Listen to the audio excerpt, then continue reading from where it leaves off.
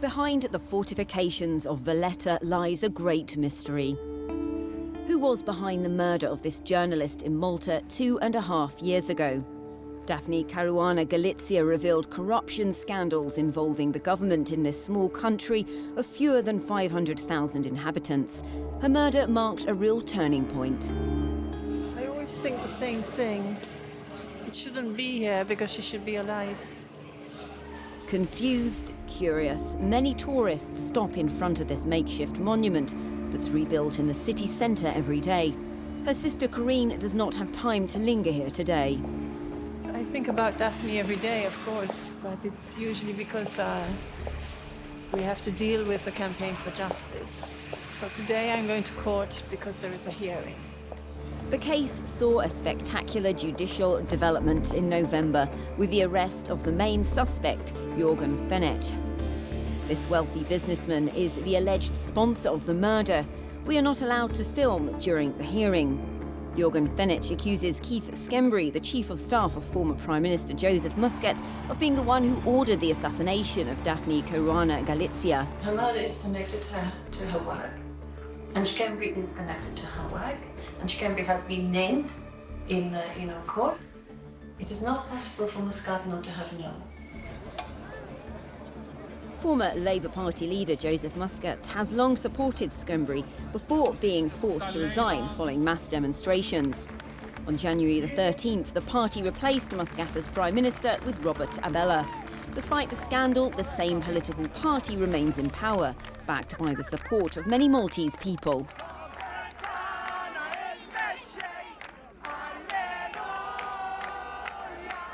The ugly thing was that they mobilized popular opinion against her to the point where she did not feel comfortable walking in the street because she would not know that somebody's not going to attack her.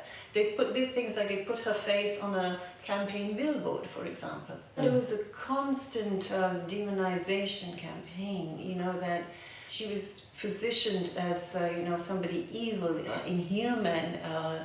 They portrayed her as a witch. They actually had a character on a weekly TV program. Daphne Caruana Galizia worked here at the Times of Malta before creating her blog. She spared no one at the risk of being hated. Her blog was also followed by 400,000 subscribers worldwide, which is almost the number of inhabitants of the island. She was brutal in her writing. There were times when she had a kind of a gossip element almost in her reporting.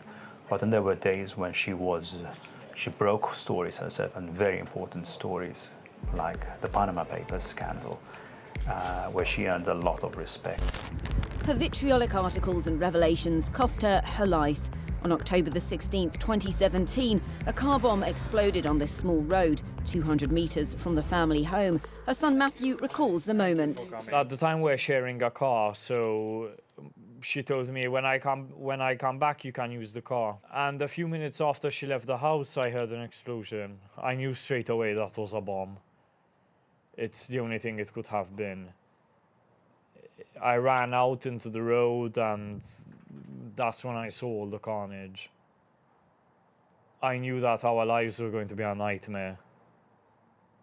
I mean, they already were a nightmare, but it was just not going to end. The house was set on fire in 2006 when the family was sleeping inside. One of their dogs was killed.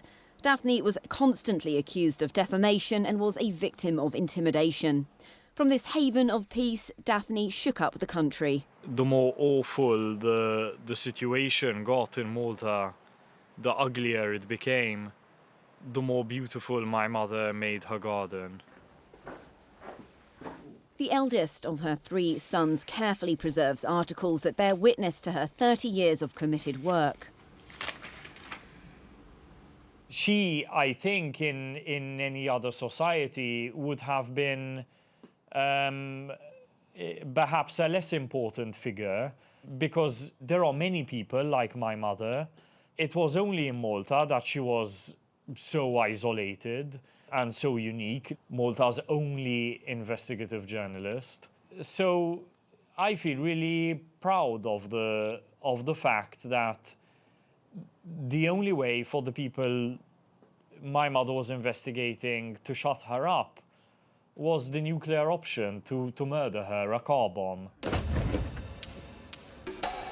The latest legal advances involve the government. The authorities did not respond to our requests for an interview. This is, for me, an assassination that was plotted by the state. This is a gang of criminals who took over our country and our people and led them to this desperate situation. We need to clean up this mess once and for all. We were a normal European country, and this is why we want to become again a normal European country, because we deserve it. If Daphne's death is an open wound in Maltese democracy, it has created a seismic shift in society. We meet Albert and his journalist colleagues in front of the Prime Minister's palace. I think Malta has changed in the sense of the civil society aspect of it. So you have members of society who are now more willing to go out and make their voices heard. And this is not only about corruption or to call for justice.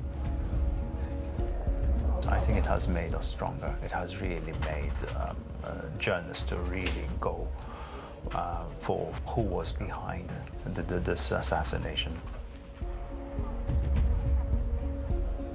Daphne's last words were that the situation is desperate because there are crooks everywhere.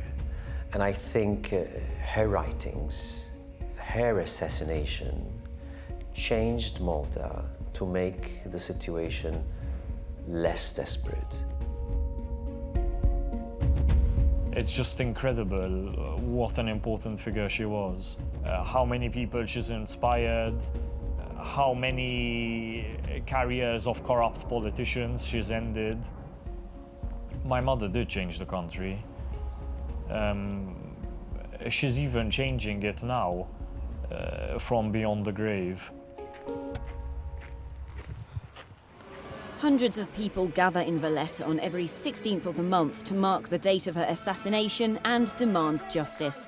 Their voices calling for the mystery of her death to be solved and not silenced.